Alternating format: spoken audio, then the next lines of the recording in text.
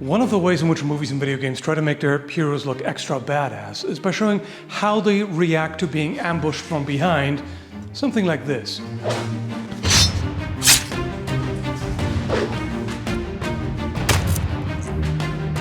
Which unfortunately is pretty stupid. It may look cool when they, without even looking behind them, just suddenly do that. If you're wondering how that works, by the way, basically you put your thumb over here and let it roll in your hand, similar to how you prepare the sword throw that I showed in a different video, and you simply let it roll all the way. No, it's pretty smooth and quick. Just make sure you don't do this. Don't stab yourself, but make sure it's behind you. But anyway, nobody needs this because it's dumb. The problem is not even the fact that they just instinctively know where the opponent is exactly and know how to stab. You're putting yourself at a disadvantage for no reason.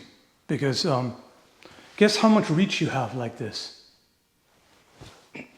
Not a whole lot. Before you go, actually, yes, you can get more reach by holding it this way, but there's a reason I'm doing it the other way. For one, this is the quickest and safest way to change grip, because it doesn't require you to toss the sword up in the air or do some other, twirly things to change grip. And by holding it like this and pushing the flat or spine against your arm, you can guide it much better, which is kind of important when you don't even see what you're doing. So you have more feel for it, there's much more structure, so you can stab harder, and it's not as floppy and awkward as trying to do it this way. The other option is to not change grip at all, but simply cross over and stab behind you like this, which has no more reach than this does. In fact, it's literally identical. I need to be this close about to get any meaningful penetration in the thrust, as opposed to, the other problem is, because it's a thrust, it requires much more accuracy, because you're aiming for a point rather than an angle. If the opponent is not quite where I expect, so let's say you stand here, right? I want to cut you, all right, now you move over there. I can still cut you, you move over there. I can still cut you. You move a little bit forward. All right? Whereas thrust, you move to the left, you move to the right, I miss. Not looking at them while delivering an attack that requires high precision is a bit questionable. But again, this is still not even the worst. The worst is the fact that the attacker also does it wrong. Because the way you see it is they just charge like this, and they basically run all the way up to the hero to even make this work. You try to stab me, all right? I come in here. Why? But I'm taller, all right? I'm gonna stab as far back as I can. Can you still hit me without getting stabbed? Yep.